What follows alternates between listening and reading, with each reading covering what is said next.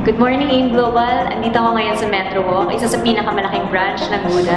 At kasama ko ngayon ang isa sa pinakasikat, isa sa ginagalang sa industriya ng showbiz, ang King of Talk, Mr. Boy Abunda. Naku, maraming salamat. And welcome to Buda. Magandang umaga po sa lahat ng ating mga kaibigan sa AIM Global. So, Tito Boy, dito po tayo sa Buda. So, ano pong masasabi niyo about sa Buda?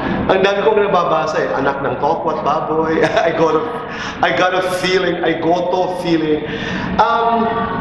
Unang-una, pagka-restaurant kasi pinag-uusapan, importante yung pagkain. Katatapos lang natin kumain pareho. Ang sarap-sarap talaga. First time ko subukan yung kangkong. Ang sarap. Of course, my favorite ay Boy's Bistec. Pero dito sa Buda, para kang kumain sa sarili mong bahay. It's really food na ipiniprepare ng mahal mo sa buhay. Kasi naniniwala ako na ang pagkain inihahanda at niluluto with a lot of love ay iba ang lasa. Yun nga, parang kanina sabi ko, I'm not gonna eat much. Hindi ako nag-rice, matagal na, pero syempre nakapag-rice ako, nag-bistek, kangkong, nilaga, na magkasarap-sarap, and then bangus, lahat na naubos namin.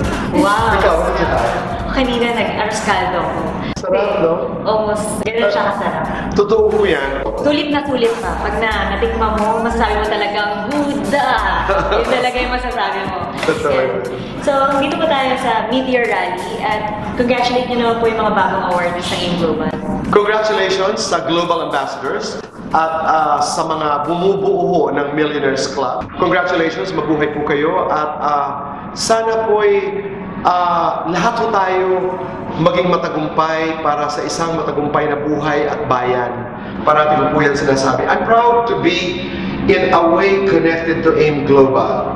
Totoo yun, the first time I met John, sabi ko nakakatuwa kasi narinig ko lang, minsan nadadaanan ko yung building ninyo kung saan naroon ang napakaraming mga AIM Global Ambassadors.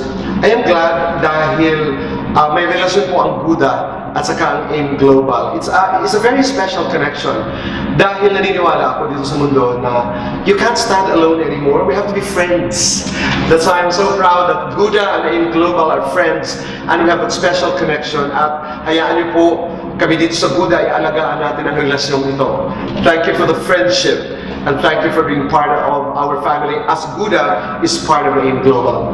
Thank you po, Tito Boy. Salamat. Thank you very much. Thank you.